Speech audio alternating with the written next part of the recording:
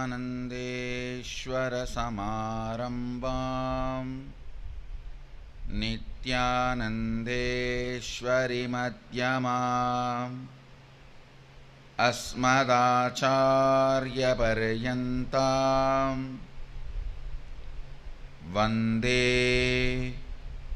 गुरुपरम्पराम्.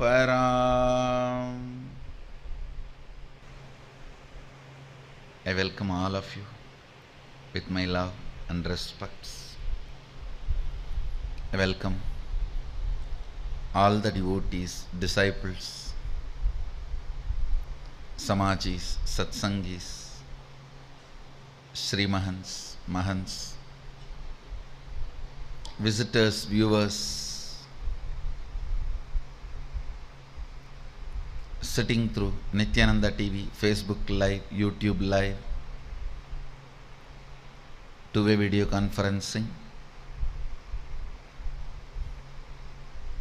having Nayana Diksha all over the world. I welcome all of you with my love and respects.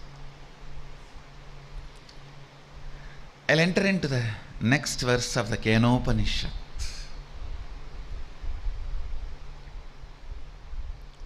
Chant along with me. Yan manasa namanute yena hurmano matam tateva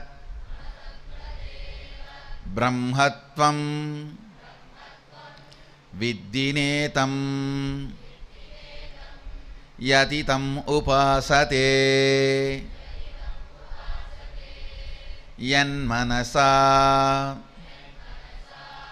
namanute yena hurmano matam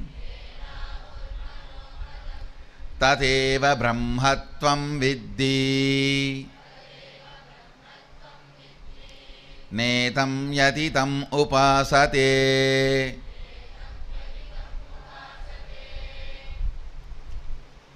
The translation goes, that which cannot be thought of by the mind,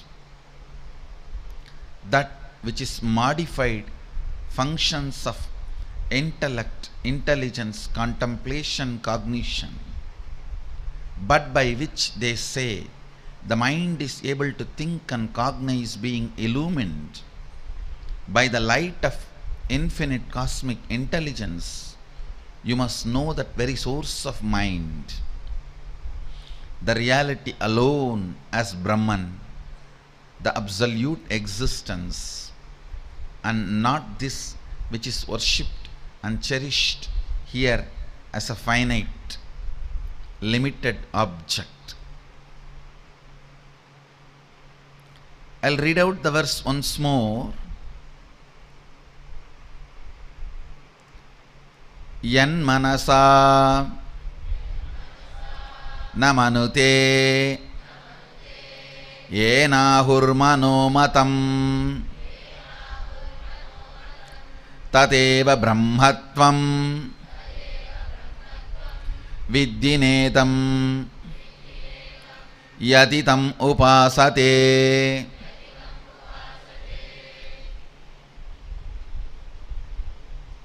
Again, Upanishad is repeating itself. Understand? Unless it is too important, Upanishad does not repeat itself. Upanishad does not waste words. Unless it is too important. Understand this truth. Let your worship and worship objects be infinite. Even in the deep sleep, even when you are in deep sleep, if somebody wakes you up and asks, why are you working? The immediate spontaneous response should not be money or power, name and fame, or any finite object. I am enriching through this work as enriching leads me to the space of Sadashiva. This should be the answer. Not just answer, cognition. Understand. Work. Quality.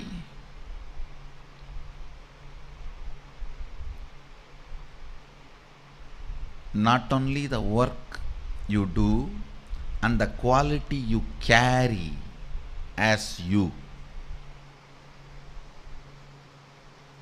Whole thing should be directed towards infinite. Iron out your whole life with the truth of infinite. Let infinite be the source of life. Let the infinite be the source of existence. Let the infinite be the source of your joy. Understand?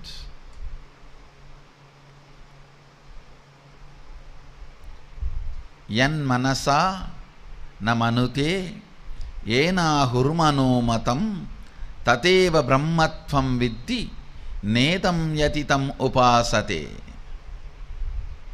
That which cannot be thought of by the mind with its modified functions of intellect, intelligence, contemplation, cognition, but by which they say the mind is able to think and cognize,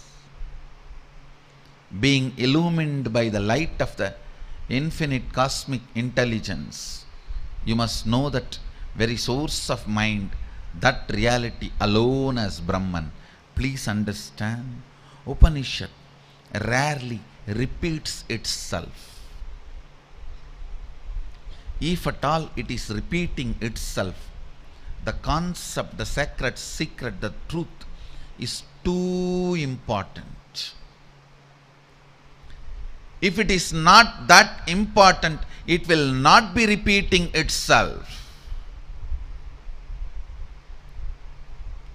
Sometimes you feel you have not said what you really wanted to say. You feel the whole thing has not yet come out. It is still sitting. You delivered only the first baby. Second baby is still sitting inside. From morning I am exactly feeling like that to deliver the Tamil satsang in the evening.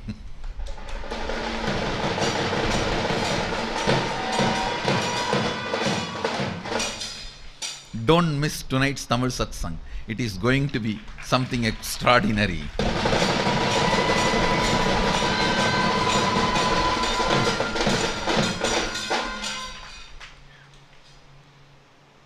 I was actually afraid I may just start suddenly speaking in Tamil in the morning satsang,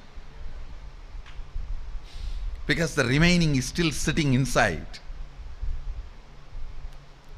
The remaining, the climax part of the yesterday's satsang is still sitting inside. Does not yet come out.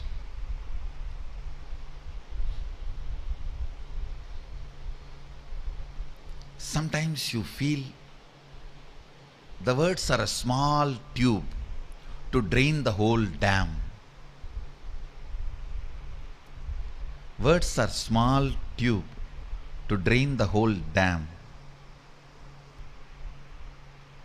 When words look too small to drain the whole dam, you will be forced to repeat.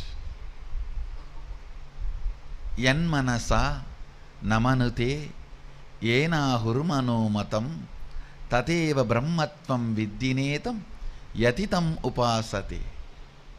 I can clearly understand the Upanishadic rishis and their inner space. They feel words are too small tube to drain the whole dam. Ganga is too big to be drained through a small stream.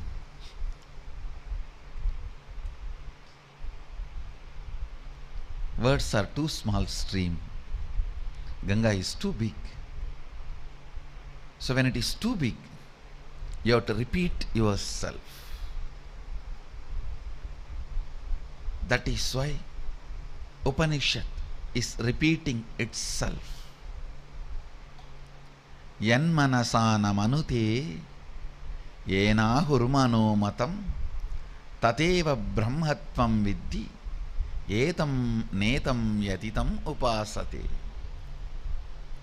Upanishad is repeating itself, giving you one more chance for listening. Upanishad knows human beings are fools. They miss many times, but it continues to give one more chance. It continues to provide one more chance.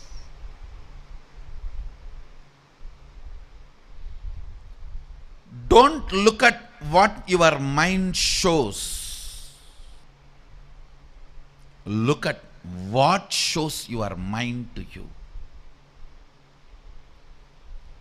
Not what your mind shows, but what shows your mind to you.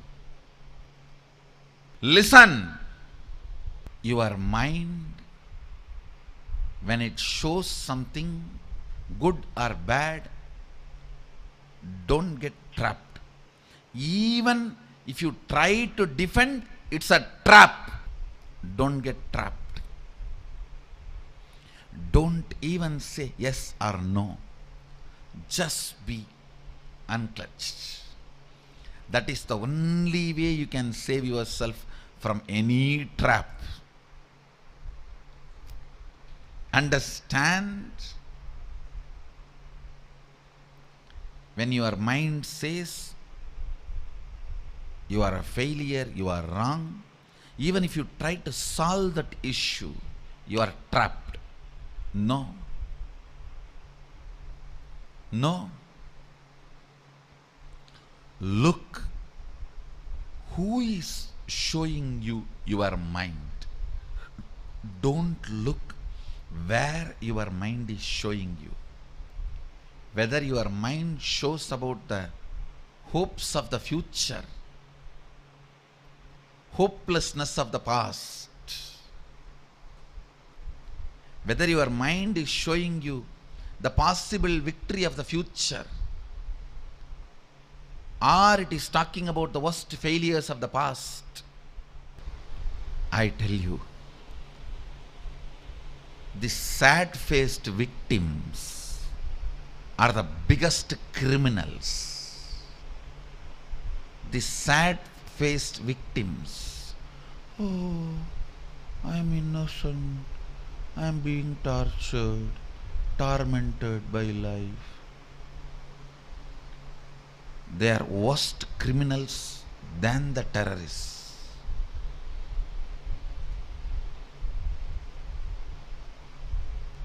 Worst criminals than the terrorists.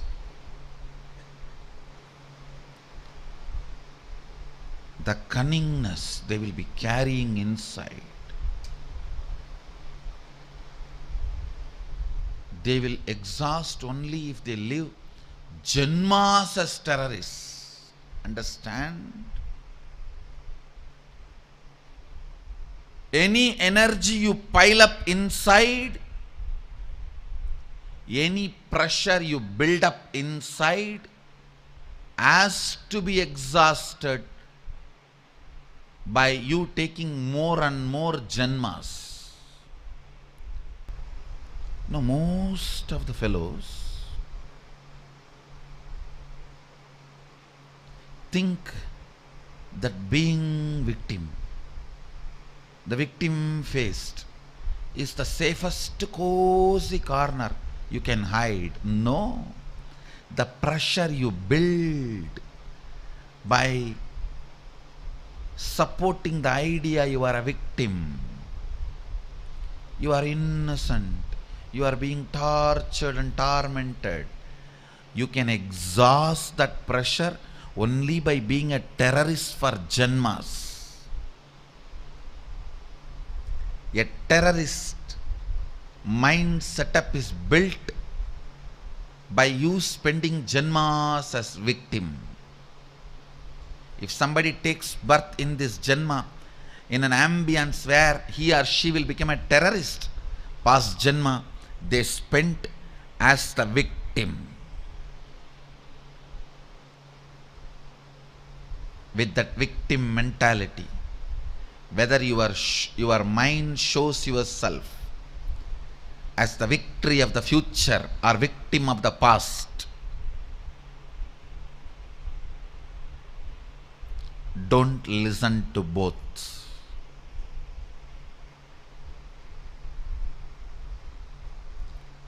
Look at the source which makes you experience your mind.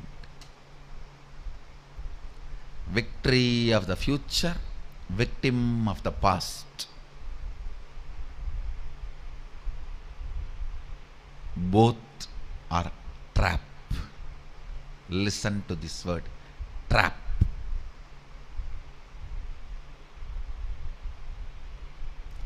The moment you say yes, yes, yes, yes for anyone, you are gone. You are gone.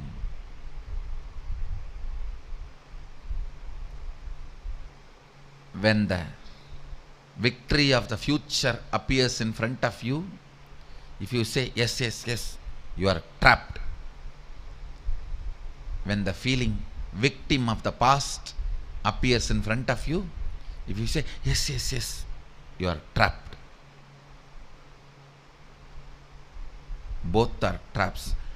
Don't say yes or no to what your mind shows you. Always look at the source. Why you perceive your mind the way you perceive? Who is that making you perceive your mind as you perceive? The more and more you go down, the more and more you go to the depth, the more and more you go to the source, more and more you start seeing the root, more and more you will be enlightened. Tateva brahmatvam vitti netam yatitam upasate. No,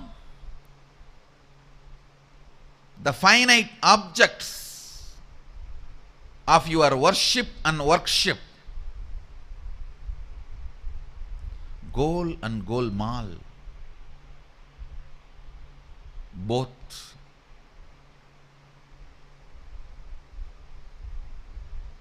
If the finite is your goal or Golmaal, you are caught.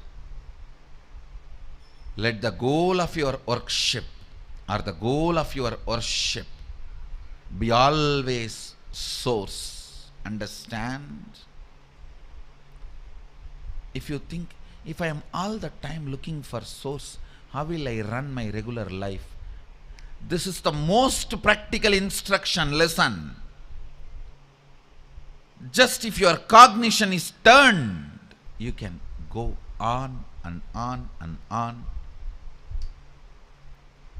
in your day-to-day life, living your practical life without tiredness, boredom and friction.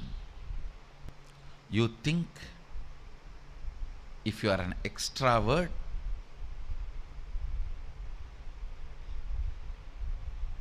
It's a fuel for your life.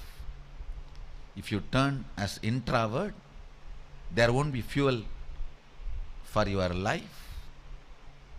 I tell you, being introvert does not mean no fuel.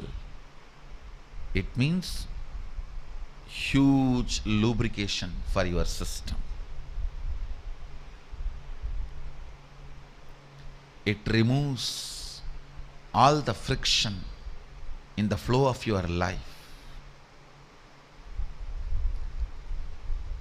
When you turn towards the source, the infinite, when you turn towards the source, infinite, the reality is experienced. The finite goals of your worship is not ultimate. Remember this. Even the next 7th, 8th, 9th verses are the same truth repeated. Understand, Upanishad is repeating a truth 5 times continuously.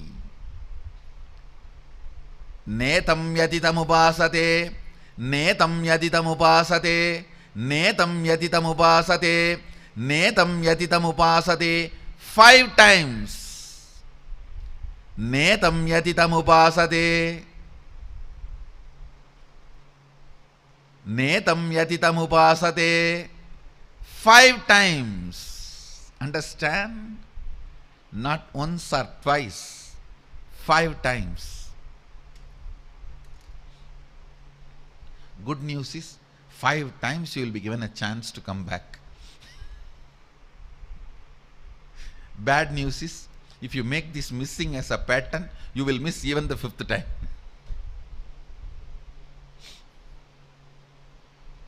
Good news is 5 times you will be given a chance to come back.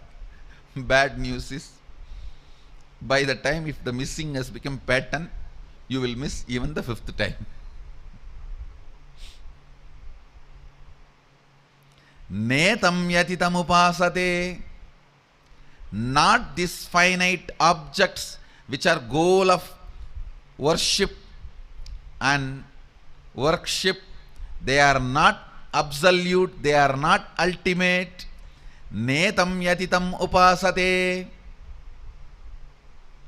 not once, 5 times. Kenopanishad is repeating. Why it has to repeat 5 times? What is such an important sacred secret? Upanishad has to repeat itself 5 times because Upanishads are revealed to high frequency people.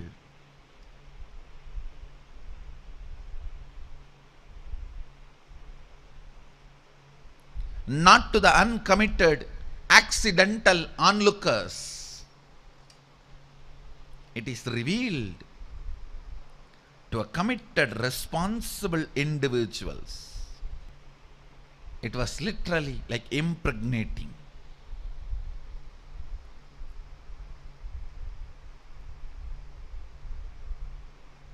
Then why Kenopanishad repeats itself 5 times? The answer for the why is in the next satsang. Listen. I bless you all. Let you all radiate with integrity, authenticity, responsibility, enriching, causing, living Shuddhadvaita Saivam, the eternal bliss, Nityananda. Thank you.